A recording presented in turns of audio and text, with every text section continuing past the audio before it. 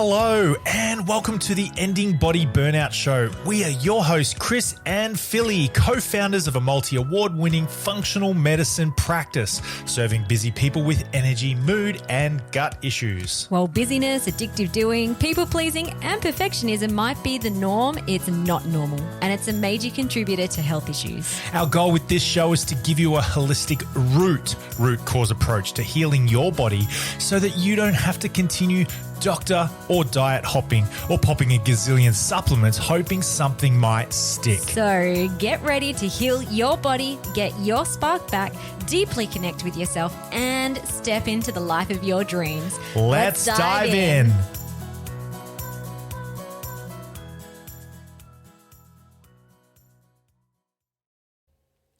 Hello, it is Philly here. Welcome to the podcast.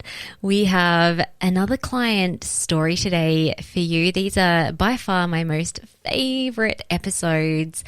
It's not only really special having a client coming on to honestly, vulnerably share their healing journey, but also it's really sacred. And after we finished record at the end of this podcast, Joe and I had a little chat afterwards, and we were talking about how being able to voice and share one's personal story, especially when there's been patterns in the past, like there was for Jo, where she was silenced, where she didn't feel heard or seen, where it wasn't safe to voice her opinions, and where there was a deeper root cause belief of being unlovable. So therefore, there always had to be a mask on and people-pleasing and rescuing patterns and that sort of thing happening. So it's a big full circle, I feel like, for Jo and for many of our clients who share their story, where it is they have created enough safety within themselves and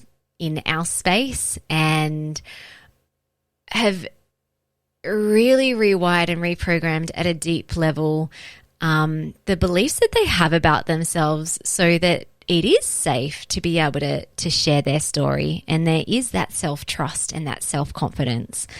So this is a theme that you'll hear in this episode today, and we'll also dig into how Jo overcome some pretty debilitating anxiety that had been building up over the past 10 or so years, but COVID was the last straw on the camel's back, and a breakdown of a relationship. And then she had a pattern where she would be able to put on a mask, put on her shield, soldier forward, be the warrior mum. But before reaching out to us, the pressure cooker got so big that it had burst, and her system was just stuck in this chronic state of fight or flight. And there was no amount of positive thoughts or techniques that she could use to bring herself back to calm and to self-regulate. So we really dig into how she overcame pretty severe anxiety. We touch on her gut health journey as well, and how she's now connected the brain and the gut, or the body and the mind, together to be able to create safety, alignment, and to find flow in herself and in her life again. So I'm really excited for you to be able to share this beautiful story of Jo's. These real life stories do metabolize trauma, so it's a healing experience for Jo and for other people to share their story, but also it's healing for you too. I call these real life healing stories evidence collecting. So it's evidence that healing is possible. And as you listen to Jo, I would encourage you to put yourself into her shoes as well, and know that there is a little spark inside of you, desperately wanting to get your attention, knowing that you are enough and that you are so worthy and deserving of being well. So before we dive into today's episode, just a reminder that we have, so this past week has been launch week for our Ending Body Burnout Method. So our doors have been open for the past week. And last week we also had an incredible time sharing our method freely, for free, in our Unravel Perfectionism and Body Burnout live free coaching week. And as part of our live free coaching week, we do have one last webinar tonight at 7 p.m. Sydney, Australia time. I do realize that it's a public holiday today. So hopefully you can come. Maybe actually it makes it easier to attend live. And this webinar is all about the 5 breakthroughs to overcome your healing blocks. So Chris and I, over our 25 plus combined years of working in the health industry, have identified 5 main reasons why people either stay stuck in their health issues and don't take that next step to really deeply and thoroughly heal, or the 5 main reasons why you might be trying some things, but you're feeling blocked and you're not actually getting the healing results that you think you should be getting. So tonight's going to be really awesome. We're going to take you through those 5 blocks and coach you through how to break through them. If you have attended at any of our free events, or if you're a client or a past client, you'll know that when we're with you live, we want to actually help you to either break through a block, get a really deep insight, or even have a mini or a big transformation. So that is what you can expect when you jump on live with us, and we will actually coach you in real time. It's also a great way of experiencing how we work with our clients as well.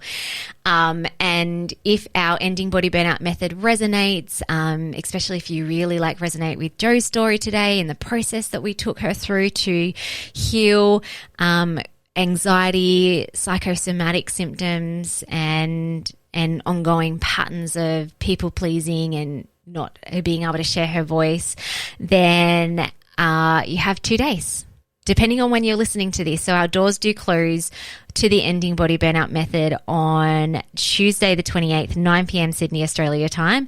So if you are listening to that this episode before then, check out the show notes and you can press the link to join the program. It'll take you straight to our Ending Body Burnout Method page and you can sign up there. Also in the show notes will be a sign up link to come along to our free coaching webinar tonight as well, where we're going to break through blocks to healing. So hopefully you can make it tonight. And if your heart has been singing and you're being pulled to joining our Ending Body Burnout Method and working with Chris one-on-one, our Ending Body Burnout Method is not a course, and it's also not just group coaching. We have 2 options of working inside the program and with us. There is a more VIP, high-ticket private one-on-one where you're getting regularly weekly root cause coaching, monthly treatment reviews. The TRTP trauma therapy is included in that one as well, and Jo talks about that and her experience in the episode today. If that's out of a budget, then we do have our semi-private option, which is still inclusive of one-on-one support. So we do have weekly group coaching workshops in that, which are all recorded. So if you can't or don't want to jump on live, you can catch up on those in the online portal. Plus, you're still meeting with me one-on-one every month to go over body system treatment protocols and also root cause coaching. And you also have unlimited access to Chris and I in a one-on-one container as well. So this is where you can email through any blocks that you have happening, if you have any questions, if you're struggling with anything, if you're working through any part of our program and you want to get our feedback from a coaching point of view or a practitioner point of view, you have us in your corner 24/7. I mean, obviously I'm not going to reply to you at midnight, but essentially you get a lot of one-on-one support. So this is personalized healing, and we're really proud of what we've created. And we've also created this at a really affordable price for the amount of one-on-one support that you do receive. So please jump in if you're feeling called. Take that courage to take the next step, which Jo and I talk about at the end of the podcast as well. So without any further announcements, let's jump into today's episode. Welcome to the podcast, everybody. I am so excited and my heart is so happy to have one of our beautiful clients who graduated from the Ending Body Burnout Method a while ago, the lovely Jo, here to come and share her story, which really is an incredible story. And Jo, I feel like you've just done the work at a really deep soul level and integrated and embodied so much, and you've received the results. So I'm really excited for everyone to hear your story. Oh, thank you, Philly. Thank you. Yeah, I'm excited to be here and to have the opportunity to share it. So thank you. Awesome. Yay. Okay. Let's start off with getting some backstory around past health, wellness, mental health issues, and when your body started first showing signs of body burnout. You happy to go back into the past? Yeah, Yeah. yeah, for sure, for sure. Awesome. I think as long as I can remember, I have always suffered with gut issues, even as a little girl. And most of that would have been bloating and constipation. I had skin allergies as well, so dry, itchy skin, a little bit of vertigo as well. But that sort of came off out a few years later. When I'm divorced, so I actually was divorced 10 years ago. And whilst, the majority of that time and my time in my marriage was happy, it actually was quite stressful. And there was a lot of mental health issues that developed from that. And I found that when I was going through certain areas of that or progressing through that whole period, depression came into my, I had depression into my little repertoire. My gut issues really flared up again. The constipation was quite severe, and the bloating was quite severe. But because I'd had that most of my life, Philly, I just thought it was my gut.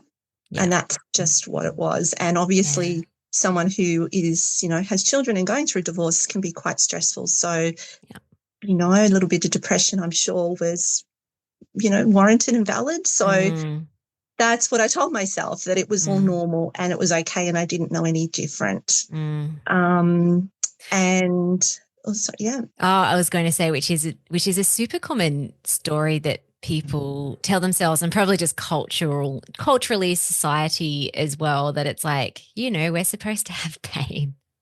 It's normal. Yeah. Everyone has symptoms pop up from time to time. You hear that a lot with PMS and perimenopause as well. Like, it's normal to have pain. It's normal to feel a bit crazy. It's normal to have hot flushes, when it's like, no, actually, these are just signs that something like your body actually feels like there's danger. Yeah. Yeah. And once I unpacked all of that, I could see that at the time, it was just normal, I suppose I'm a people pleaser.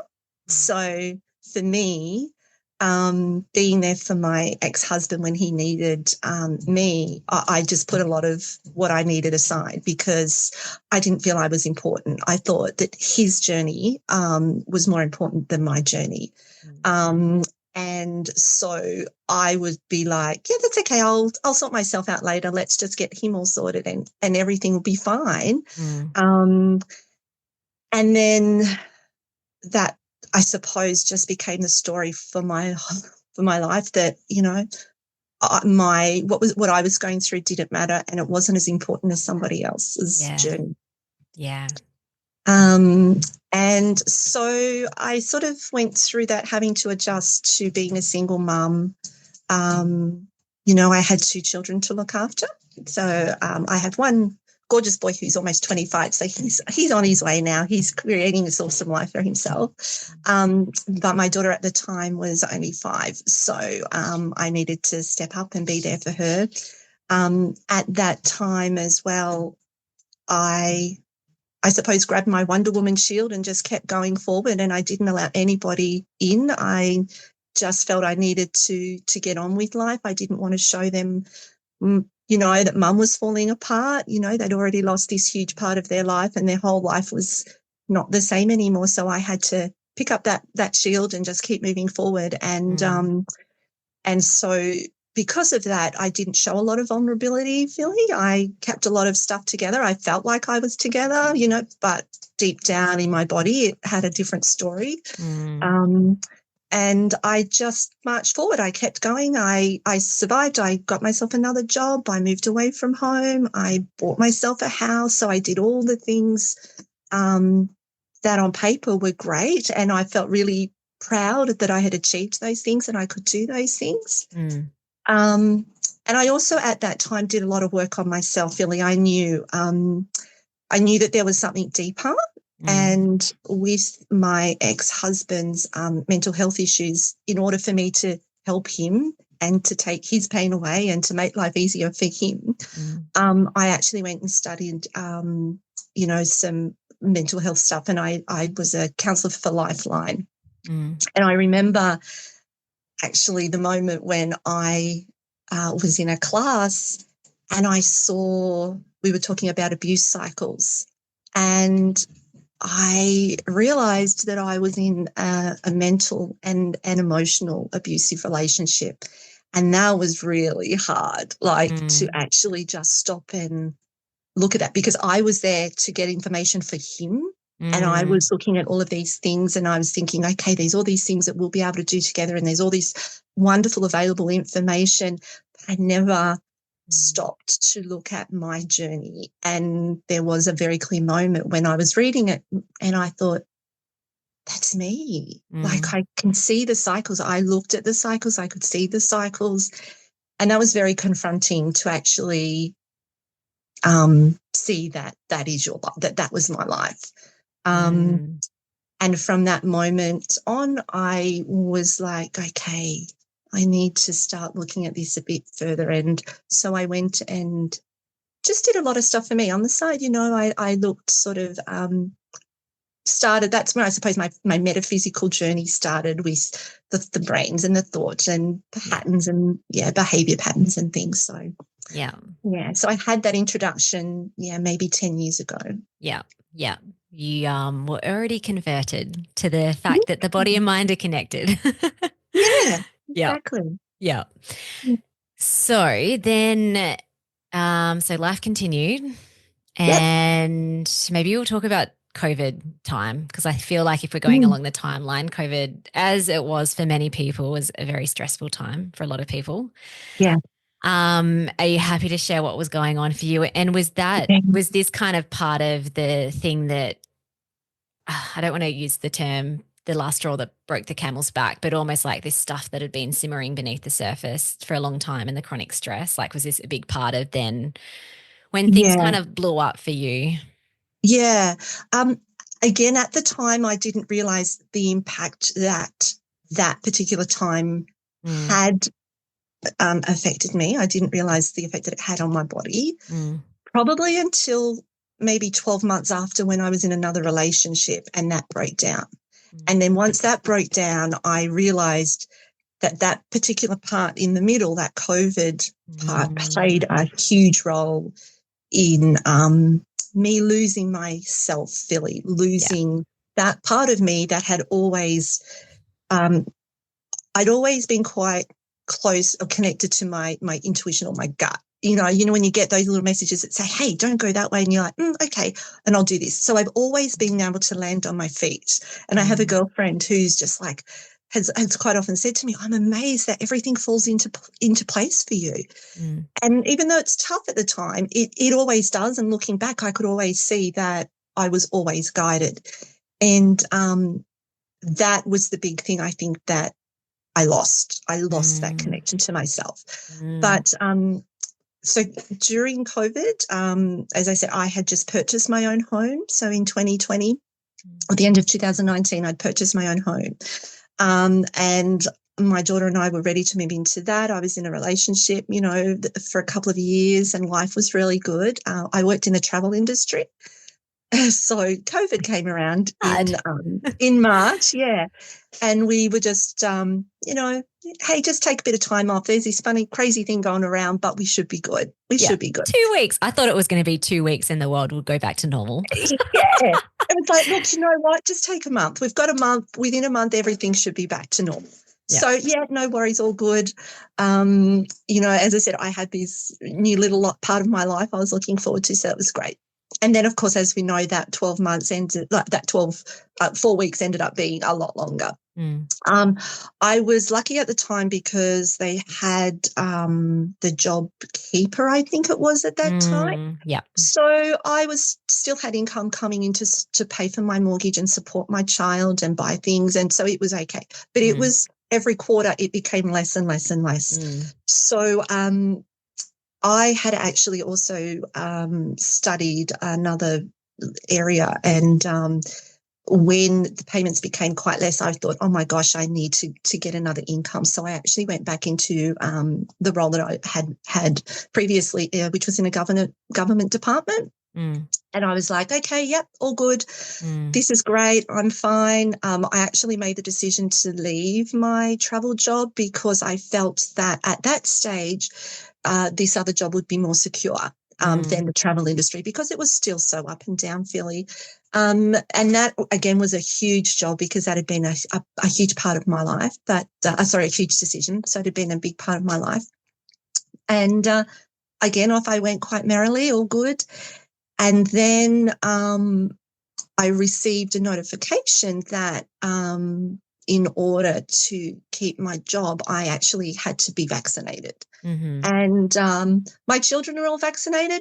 I have no problem with vaccinations. I'm, as far as I know, fully vaccinated. But there was just something about that particular one that, again, my gut kind of went, oh, you know what? Let's just hold out on that one. So I did. And a lot of people were sort of worried and concerned about it. But I was like, that's okay. I've decided for myself that I'm not going to take that option. That's all good. As it unfolded, I pretty much had to take that particular vaccination. I received emails to say that if I didn't, I would be investigated for misconduct. It was crazy. It was crazy, Philly. Yep. Even that word is very, very intense, misconduct. And it's like, I'm actually a good human being. I'm just listening to my intuition. Exactly. I was like, what am I doing? I'm just making a choice for me. I'm not saying it's bad for anybody else, but for me, it's not where I want to go. Yeah. And I was okay with that, but the rest of the world wasn't. Yeah. And so I actually contacted my doctor because I could tell that I started to feel a little bit of anxiety. And I'd had anxiety before, but I didn't really have it to this degree. So I was a little bit like, oh my gosh, what am I feeling here?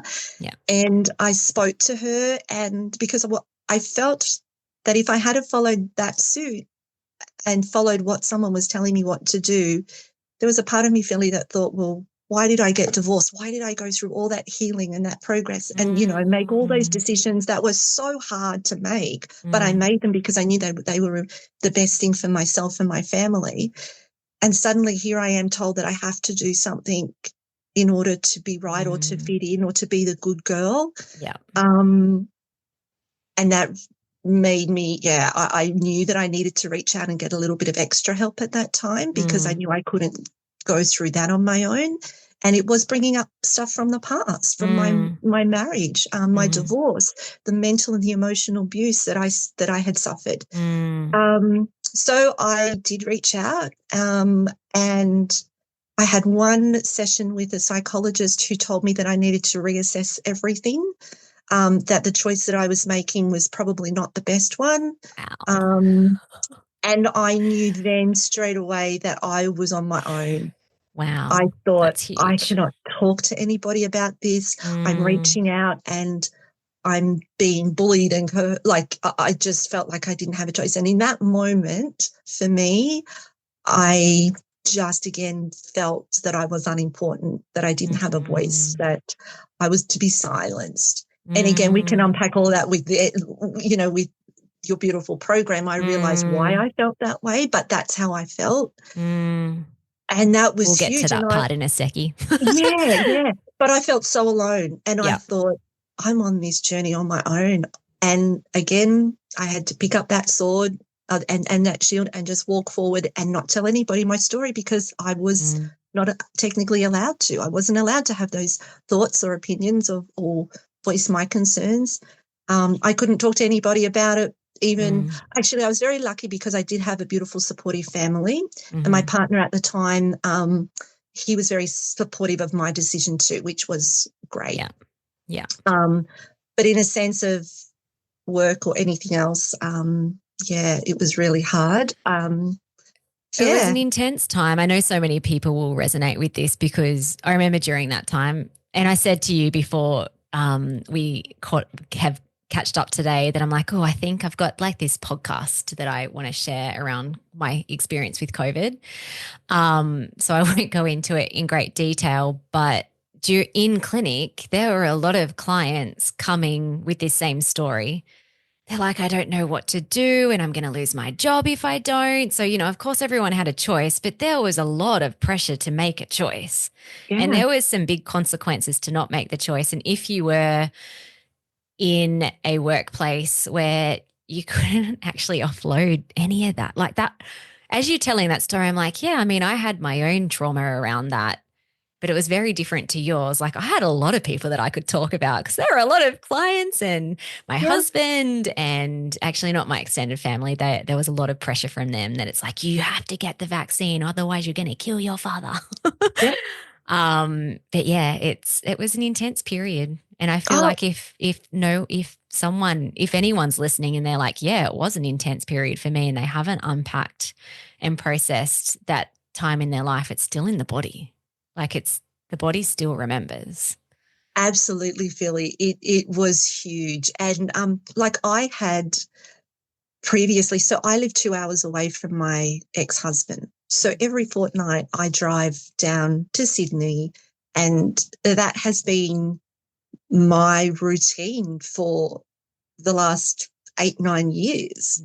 Suddenly I had to have a copy of a letter or something in case I got pulled over on the side of the road to find out why I was driving to Sydney, which was just to take my daughter to see her dad. So everything changed. It was a huge time. And as you said, I didn't realize the trauma from that was inside my body until later.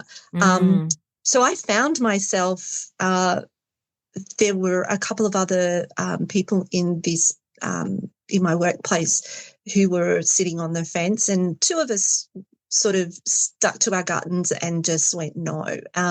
We were asked to leave the premises. We had to just pack up and go. It was horrific. Crazy.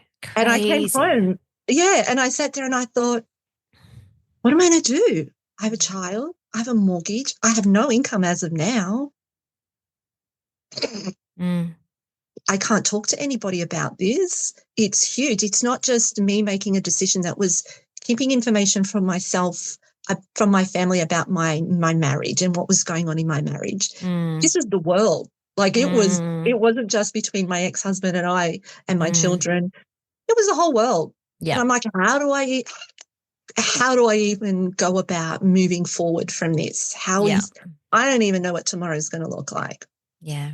But again, there's a little voice inside of me that said, hey, why don't you reach out to your, buddies in the travel industry and see how we go? Yeah. And I did. And hey, you know what? That's perfect. Have 3 weeks off and come back in January. So I had my job. I was able to move back into my job that I had loved and had that really hard decision on making to leave. So that was all good, fine and well. Yeah. The next 12 months from that was really, well, not 12 months, so I suppose the next couple of months from that, because it all happened around Christmas time. Like I couldn't go in and buy my daughter Christmas presents because I didn't have a green tick. I couldn't take her to the movies because I didn't have a green tick. I had to then try and tell her that it was going to be okay, that because she's seeing all this stuff. Like, at schools, they would have all this information that was like, why you need to do this because you need to look after grandma and grandpa and mum and dad. And so I was fighting against all of that as well, or trying to create a safe space for her to say, hey, it's okay. It's going to be okay. And I didn't get my daughter vaccinated either. So she then had issues within herself, or like for her school friends. So a lot of her school friends were. But she I could see that what I had to do for their Philly was to walk my path, and she would see that the path we were walking on was going to be okay. Yeah. It was going to be okay. Yeah. So okay. it's huge.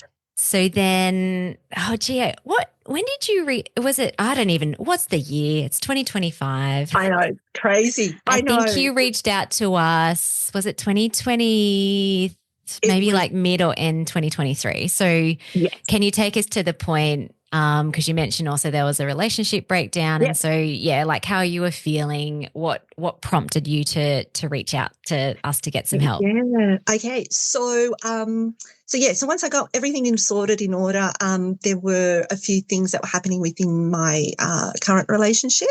And Mhm. again, that tied back to being told to do something when there was just a lot of stuff that came in from my past history. I could see patterns and I was Mm, aware of these patterns now. yeah. And I'm like, you know what? Okay, I've gone through a fair bit of stuff and suddenly these patterns are coming back again and I don't like where they're heading. So I I chose to end that relationship and that was fine. And then it was almost like my body. So a week after I made that decision, I was at home. It was Christmas again. So it was almost 12 months to the day. Mm-hmm. And I was at my mum and dad's place getting ready to put the Christmas tree up. And my sister-in-law was there with her little nieces and all my nieces and nephew. And I just had a panic attack. I thought I was having a heart attack. So this was about a week after I made that decision Yeah. to sort of end that relationship. And I said to my mum, I don't feel well. And I got this huge pain in my chest, down my arm. I couldn't breathe. My heart just was racing 100 miles an hour. And I seriously really thought I was having a heart attack. Wow. I've never experienced anything like it before. Mm. Um, and I said to Mum, I think you really need to call the ambulance because I don't feel well. So the ambulance came. And then, of course, trauma raised itself again because Mm. that was one of my worst fears in that time previously because Mm. I'd heard of people not being treated at hospitals because they didn't have a certain vaccination. And I'm in this Um, ambulance thinking, what's going to happen to me? They're taking me to a mm. hospital. Am I going to have this thing to be treated? Am I going to be not treated? Am I going to have a Hmm. heart attack in the middle? Because that's the information that was around. That's what Yeah. I was led to believe. So that added an extra level of trauma and stress to my Mm. body. Thank goodness I had the most amazing doctor at the hospital. The ambulance people were brilliant. They were there within 5 minutes. Mm. Um, as I said, I went straight into the hospital. I was treated with amazing care in a public hospital. And I had the most amazing doctor who sat me through and she did all these tests. And she just said, I think it's a panic attack. What's been going on for you? And then that was it. I was just able to talk to this person. Yeah. Yeah. Um, but even then, Philly, I still Mm. went, it's okay. I'll find a way. And I Put the did. shield back on, It Superwoman. picked it back up again. Um, off And I this time the toddled. body's like, no, no Well, more. almost, Oh, almost, almost. Philly, almost. So then, 2 weeks after that, I was having lunch with another girlfriend, and I had another mild panic attack. I could feel Mm. it coming on. Then at the end of January, my uncle was diagnosed with a brain tumor. Oh, wow. And I was with my mum and my dad and my auntie sitting at my auntie's house. We'd just gone Mm. to visit him and I could feel another panic attack coming on. Mm. And this time my heart didn't stop racing for hours, and hours Mm. and hours. Mm. And I got home and I realized that was the point. I called my brother and I burst into tears and I was like, what if we lose my dad? Because my dad had just sort of been diagnosed with the early onset dementia. Mm. And that was it. And I thought, there's another loss. There's another person I'm going to lose. It was just so traumatic. And from that, I couldn't come down, Philly. All the Yeah. other things I could kind of come down. I could breathe into them. I could settle them, and it didn't. And Yeah. that's when I was like, I need some help. I don't know what's going on here. I Mm. had actually read your book and I had followed all of your stuff probably for about 3 months beforehand. Yeah. So I knew you. I think I'd done a few free, a few of your online courses and stuff. Yeah. So I just automatically thought, I'm going to reach out. So I did. Mm, Yeah, but that mm, was the point where I just knew in my body something was very different, because I couldn't even look at that shield. I just yeah, went, you know what, I'm done. I don't know what's yeah, going on, and I don't know how to do this anymore. yeah. Um, this is for the listeners, but and we've talked about this when we were working together as well, that over time, like distressing events, traumas, stressors, and that could be environmental stuff. It could be stresses happening in the body, but over time, it just like this pressure cooker builds up. And, if the pressure cooker is small and it's not too intense, then you usually are able to pick up that shield again, continue Yeah. moving forward, or, you might have some strategies, techniques to bring you back to calm. But at some point, for a lot of people, that pressure cooker gets to a point where you just get stuck in this chronic state of fight or flight. And like physically, mentally, emotionally, it is really hard, if not impossible, to self-regulate. And so essentially that's what was happening in your body. And you had a lot of like psychosomatic type symptoms showing up too. It wasn't just the anxiety or panic attacks, but I think from memory there was like the fuzziness, the fuzzy in the head, the eyes, the ringing in the Yeah. ears, the dizziness. Yeah. Yeah, and this mind that wouldn't stop chattering to you. And that's exactly what it was. So yeah, it was that monkey mind that yeah, it just wouldn't stop. And yeah, the fuzzy eyes and the vertigo came back. And so Mm, a lot of it was in my head, essentially. Like that's where I felt it. Like I didn't have yeah. pains in my body or anything, but I had it, Mm, my gut and my head. It was mm, just the overwhelm. Yeah. And I think I remember saying to you when I called you, I was like, I know what I have to do. mm. And I'm not, it's like my body wants to, but there was no connection between here and there. Yes. I'm like, Yes. Yeah. I know, I feel like, behavior, this is where I need to go. But I Yeah. couldn't. And I didn't understand that part. And that was the first part where I don't like, well, that's new for me. I don't know. I don't know what that is and Yeah. why that's happening to me. Yeah. Yeah. Yeah. So, in our ending body burnout method, the first step generally with most clients is getting answers on what's happening at a physical level, first of all. So, what's happening in the body systems. And that's where we run some lab tests and we look at things that go beyond what GPs, medical specialists test for as well, which is really nice because a lot of the time, now, yes, it was anxiety, and the doctor that you spoke to was right in, voicing that and like saying that this is what's going on. But even then, that's still not enough to really be like, okay, cool. But now what? Like, how do I address this? So Yeah. we dug into some body systems with you in order to like one, look at the gut stuff, because that had been an ongoing thing since when you were a little girl. But also, was there anything else going on that was perpetuating, contributing to this anxiety and you're not being able to self-regulate and bring yourself back into calm? So do you remember what showed up on the lab test and how you felt when those markers came back? Yeah. Yeah. So I think it was low serotonin and low cortisol, or high cortisol and Yeah. low dopamine. So all of those beautiful hormones that regulate you Yeah. and ground you and provide safety and joy. And yeah, We're just they like not happy. no, they weren't. And although that was the case, Mm, even just having that diagnosis, Philly, brought me relief, because, as I said, I had been through huge things in the past. I mm, always managed to get myself together. I'd always managed to find a way.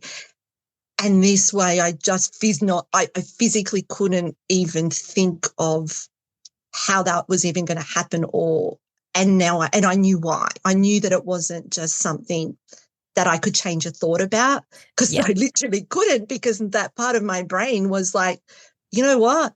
We're just worried about, we're focusing on getting up in the morning and running away from that Tyrannosaurus Rex or whatever it is that's after you, Mm, that's still there. And you don't need to worry about anything else. You just need to keep running. yeah. And that's how I felt. Yeah. Yeah. And, it's not one or the other. It's not mind or the body. It's actually like, let's look at them together as a whole, Yeah. because you can't separate the two. You can't just work on thought patterns, if there's real physiological imbalances, I mean, you can, but it makes it harder to heal. And Yeah. then vice versa. If you just took some supplements, but you're not working on the deeper traumas and the deeper beliefs that we'll get into in a secchi, then at some point you'll outsup the root cause. Did I say that right? You can't outsup the root cause. So Yeah. it's like, let's look at you as a whole. You also, there was methane overgrowth as well, which I thought was an interesting connection because you'd had this long-term constipation presentation. So for those who are listening, there's bacteria in the gut that produces methane, and it actually slows down bowel motion. So it often does show up when there's been a long history of constipation. And it's interesting, you were saying before, it's like, oh yeah, like it was all showing up here in my head and my gut. It's like the gut and the brain are Yeah. connected. There's this beautiful vagus nerve that connects both of them. So if there's an issue upstairs, there's going to be an issue downstairs, and vice Yeah. versa most of the time. Yeah. And I'd actually, sorry to interrupt, Philly, but That's okay. part of, so I took an interest in the vagus nerve. And when I looked at that, I was like, oh, yeah, okay. It all makes sense. It all makes sense. Another piece of the puzzle just kind of, went down. Yeah. So along the journey, started supporting those body systems, but then we also went deep into what we call the deepest root cause. So why have the body systems burnt out in the first place, even going beyond just looking at the stressors that you'd had along the way that, we could see. So really it's like what was happening internally that had led to this point. Are you happy to talk about this, like your work through Spark? So Spark is what we call our metaphysical side of healing. And the first journey really is to identify the deepest root cause belief that you have about yourself at an identity level, because essentially these identity-based beliefs are the machine that drives everything. So it's creating your thoughts, your feelings, your emotions. It's how you perceive yourself and your existence in the world. Are you happy to talk a bit about your journey to get there and what that looked like, how it felt? Yeah.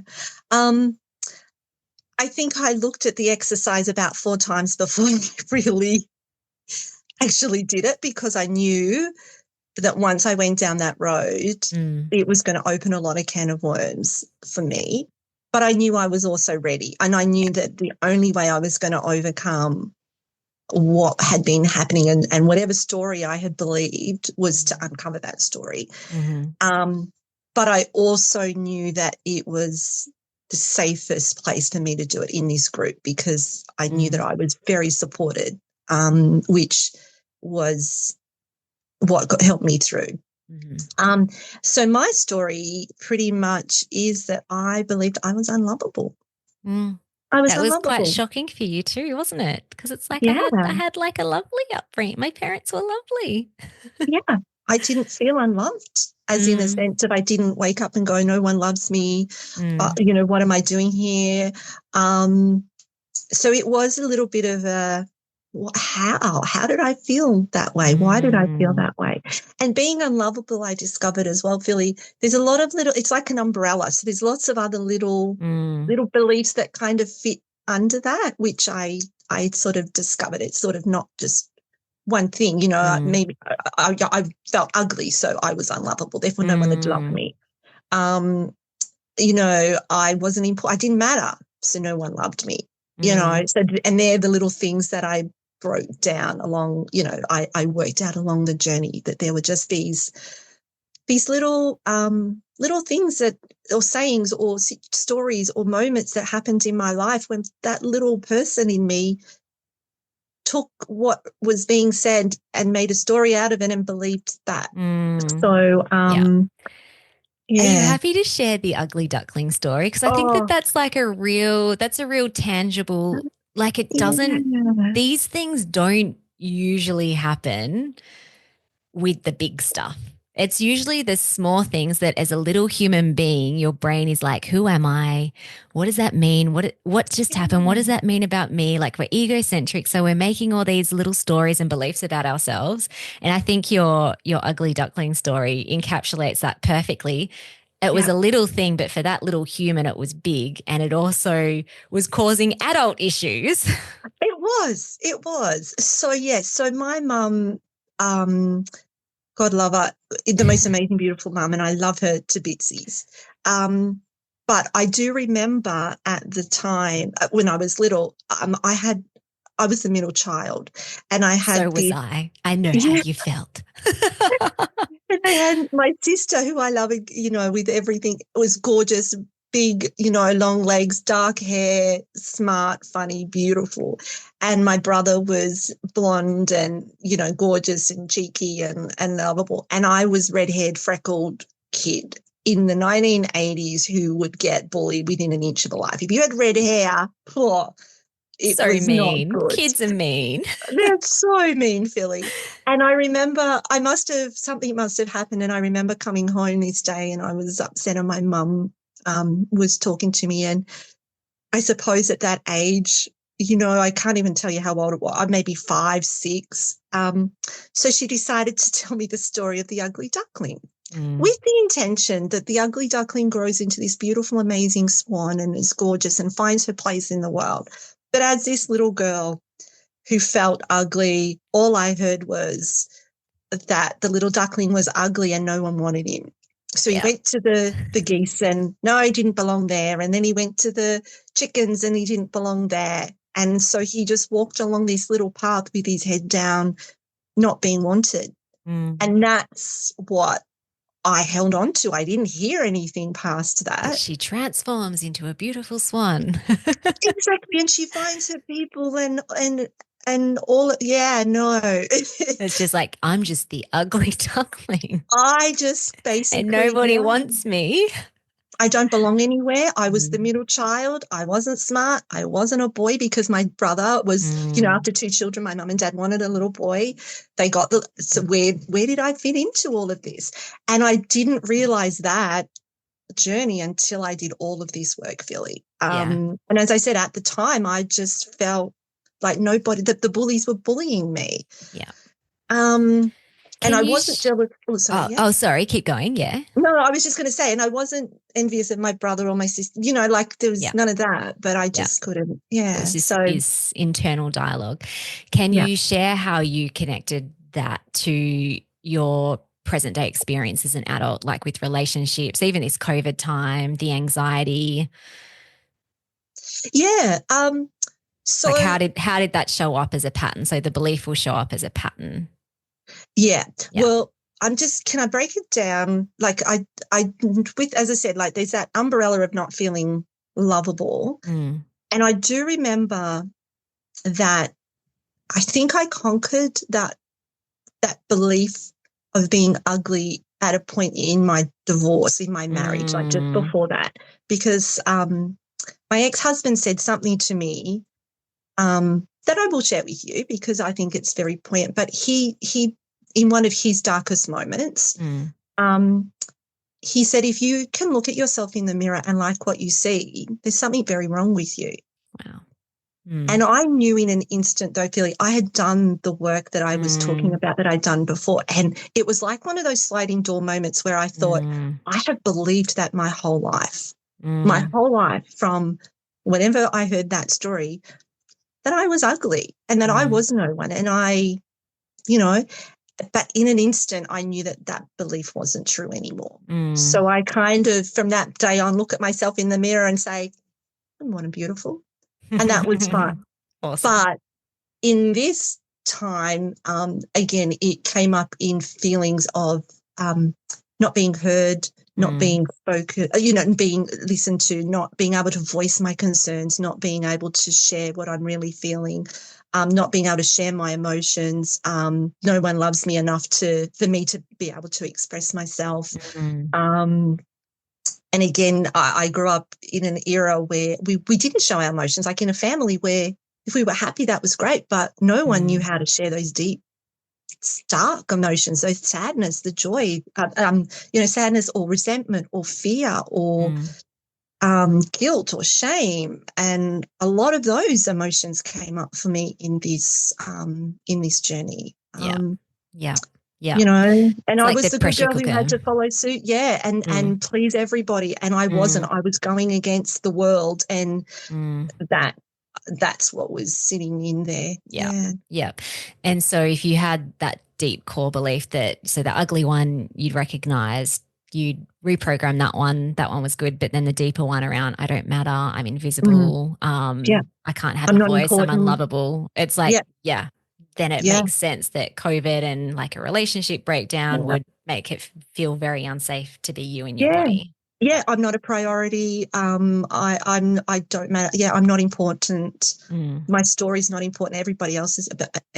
So I just felt like I was that ugly duckling again, walking away around in the world where she didn't belong anywhere. Yeah. So good. Thank you so much for sharing all of this. I know so many people will be like, oh my gosh, she's speaking about me. So what did it look like for you to be able to rewire, reprogram the beliefs and get mind and body connected again and returning back to self and building your safety net up within yourself, essentially?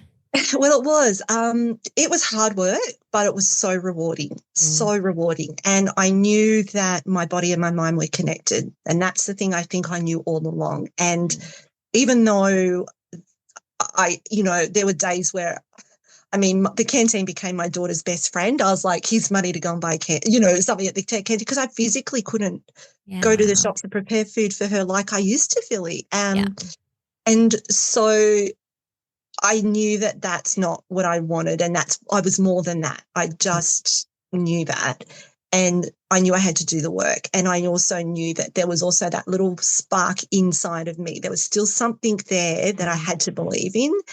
And so I just trusted, first of all, you guys. I trusted the process that was in the program, because I had nothing else to do, like to try. Everyone else had abandoned me, had left me, I couldn't rely on, I couldn't trust them. But this was this little safe place that I could just really open up. And I knew I had to do that. I knew I had to keep that sword and that shield down, because as soon as I pick it up, I knew I'd find an excuse, or I'd find I'd talk myself out of something, or it'd be okay. And that was the biggest thing for me. I knew that I had to be vulnerable with myself. I had to just, trust something again, to build the trust with myself. And that was trusting the program. And some days I did like it, some days I didn't like it, but I did I did what was required of me. Some days really well, some days I just do one or two little things, and that was it. And that was enough. And I had to tell myself that whatever I was doing was enough, because it was more than yesterday. And that's, I think that's such a good lesson as well, because if you're fighting against yourself, feeling like you haven't done enough or you haven't done a good enough job, whether it's like a rewiring practice or a journaling question, or whatever it is, then you're fighting against yourself, and so therefore you cannot heal. But the moment that you're like, you know what, I just give myself permission to do what I can, and like even if it's a tiny bit, it is enough. And you got results, I would say, pretty quickly. I don't know if it felt quickly to you.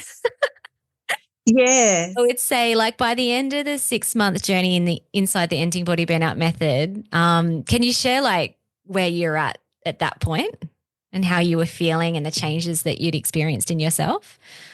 Oh, I was a different person, Philly. The 21-day program in the metaphysical stuff was where everything shifted for me.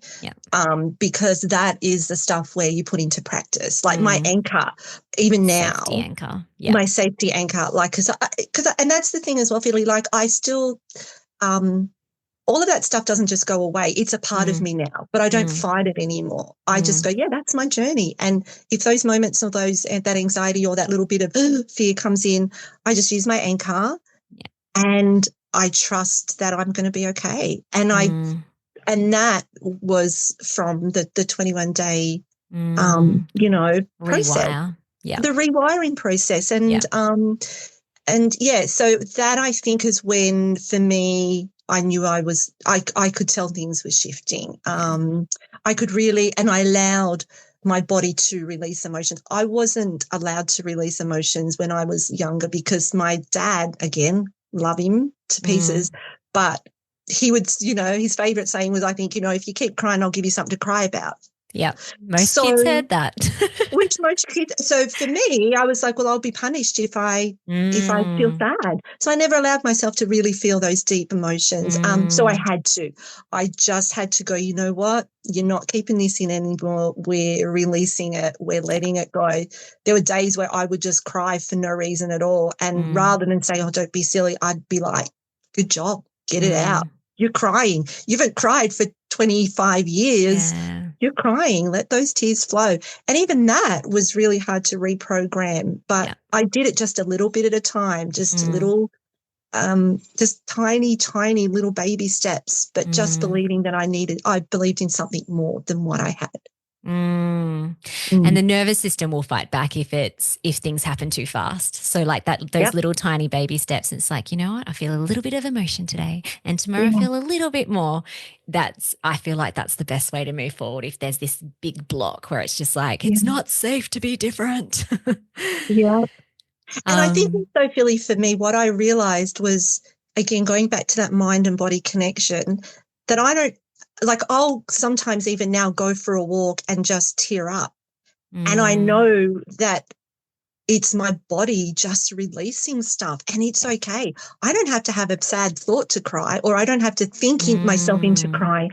I just let my body do what it needs to do because it's just saying, hey, I just need to cry. Wow. It's talking That's to awesome. me now, not my brain telling me that I have to be this certain person or whatever, that I'm just, so that's, so that's really so cool. And we went a bit deeper as well. So at the end of the 6 months, you're like, oh, I think there's still like a little bit that kind of needs like snipping off. So we decided to do the TRTP trauma therapy together, which is what some of our clients inside the program does, either like inside the Ending Body Burnout Method or after. What was the thing that made you feel like, oh, I think I need some deeper healing here? And what was your experience and your results of 2 weeks of clearing some deep-seated and hidden trauma from the body? Well, the TRP, I think I read about it in your book. So it was always something that I was curious about. And I quite like to delve into different modalities and look for anything that's going to help me to be a better person or a better version of myself. So I read that sort of earlier on in the piece, but I just kind of put it at the back of my mind. And I didn't know how it would fit into my healing at that stage. Yeah. And at that stage, I didn't want to just look for the easy road out. I knew that in order for me to really heal, I would have had to do the work. And I didn't know if that was just like another, like an easy road. You know, I've got this journey and I can take the shortcut or the detour that's going to help me get to where I need to get to. So I kept it in the back of my mind, thinking maybe. Once I did all of the work and realized how far I had come, I just knew again that it was something that you were going to be able to help me tap into the things that I couldn't control because it was in my subconscious. So there was there was these, like I'm carrying lifetimes of trauma, Philly, like there's trauma in my body, in my body that comes from my grandmother and her life. Yeah. And so I knew I wanted to kind of reach any part of that story. Yeah. Any other blind spots, any other shadows? Let's go in. The things that I couldn't see because I knew that they would still be there. Yeah. And if they weren't great, but if they were, I knew that they'd be addressed. Yeah. And it was interesting. Yeah. It was really it took you to look. I never do TRTP with someone until they've worked through Spark or at least the first part of it because I feel like there is some responsibility pieces that need to happen and some deep digging into who you are and who you want to be. And I also know when someone's going to get great results with TRTP because you've already had phenomenal transformations. So I'm like, when you were like, oh, I think I might do it, I'm like, Joe, you'll just go for another quantum leap. It's going to be Yeah. awesome. You're going to get great results. I promise. Yeah. Yeah. And I did. And it was Yeah. amazing. Yeah. Yeah. Ah, so cool. Okay. Two more questions. Yeah. So what was different about our ending body burnout method? Because you, like, along your story, you said you tried a lot and you've done a lot of things, and like things in the past had worked for you as well. What do you feel like was different with our program? I really think for me, Philly, it was the safety.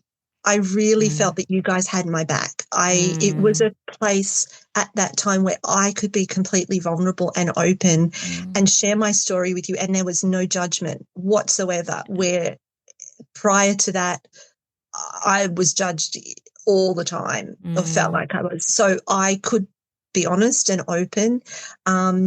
And just the information that you had was brilliant. Like as I said, I'd listened to some of the podcasts before and I'd read your book, and I just knew that I felt that you knew your stuff and that you were going to be able to help me in all different areas of my life. So it wasn't just Mm. fixing, helping me to think a positive thought. It Mm. was, you were able to help me in those areas that I didn't know how to help myself with. So I had to Mm. trust somebody else. And for me, it was that trust. And Yeah. I felt immediately safe with you and Chris, and the place that you provide on that, with the program, and just even the one-on-one chats that we would have.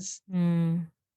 They were, yeah, it was amazing. It was Mm. amazing because Thank you. I just felt like you always had my back no matter what. Yeah. Yeah. Safety and trust, I think, go hand in hand. You can't have safety when Mm. there's lack of trust, No. and also vice versa. Yeah. Vice versa. So yeah, thank you. That's awesome. Okay, if for those who have been listening, especially those who might be feeling stuck in a cycle of body burnout, maybe they've tried a bunch of stuff, they might be losing hope that maybe this is just their lot in life. What are some words of wisdom you can share with them? Oh, probably just not to give up on yourself. You don't have to know what to do or how to do it, but just know that there's that little spark in you. There's that little part of you that knows that there's something more. And you don't have to know what that is. But if you're listening to this podcast, or, you've read Philly's book, or you've seen the post on Facebook and it piques your interest, then that's your body saying, hey, get this, give this a go. This is going to help you. Or there's more there. There is someone out there that's going to catch you when you fall. So yeah, just try, give things a go, just you won't regret it. I didn't regret it. And I didn't yeah, and I either. was I love you. and and I was that person that didn't need anybody else's help, because I was, going to go through the world on my own, Yeah. because I could not. Yep. I know But what's yeah, wrong with me. yeah, I know it. yeah. Why is my brain not working? I just won't think about it, and that'll give my brain a bit of time to get back Yeah. online. No. Yeah. So yeah, just find that little bit of courage, whether or not that's just what it is, the courage to try something new, the courage to be open and vulnerable, to share, to let people in, and the courage to know that life changes, and to go with that flow. Like, that's what I'm learning. And that was something, again, with the program, just learning to sit in that flow. Yeah. And when you're there, it's beautiful. Yeah, it is. It is so nice when you're in flow. Yeah. That's so beautiful. I think there were some key things, like, one, trust your gut, trust your intuition. It's like, if you're being pulled to something, then, and I'm not just talking about our program, it could be anything in life where it's like, Yeah.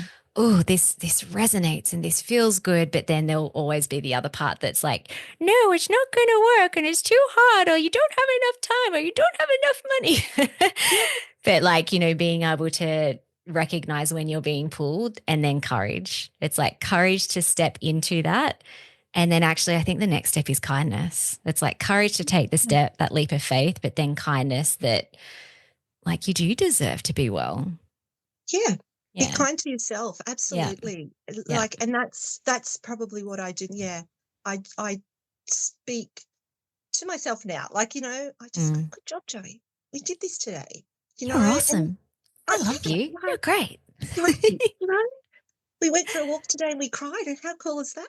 Because we're releasing stuff and it's okay. There doesn't need to be anything bad or wrong. You just have created a space where I'm able to do that. And, so my body thanks me now for, so I feel like this brain and this little, gut of mine have got this really beautiful relationship now. And rather than fighting against each other, they're happily skipping along in life. Yeah.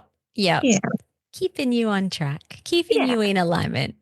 They are. So beautiful. Thank you so much for so generously, vulnerably, openly sharing your story. We chatted before we pressed record as well. It's like this is kind of like a full circle moment of there was a period of time where I couldn't share my voice, and actually now I can. I love myself. I trust myself. I'm confident in myself, and it's also safe. Like it's safe to share your voice. So I'm so grateful, and I've just loved every minute of working with you as well. Thank you, Philly. I loved it. Thank you, Philly. Thanks so much. Thank you. And thank you, everybody, for listening. Send Jo some beautiful virtual love and kisses because she so deserves it. Thank you. Thank you. Thank you so much for listening. We so appreciate you. If you'd like to give us extra smiles, drop us a review and spread the love by sharing this episode. You can also rate your own state of burnout and the root cause contributors by taking our Ending Body Burnout Assessment on our website. And if you're interested in learning about our group or one-on-one Ending Body Burnout programs, shoot us a DM via Instagram or Facebook. Have the best day ever.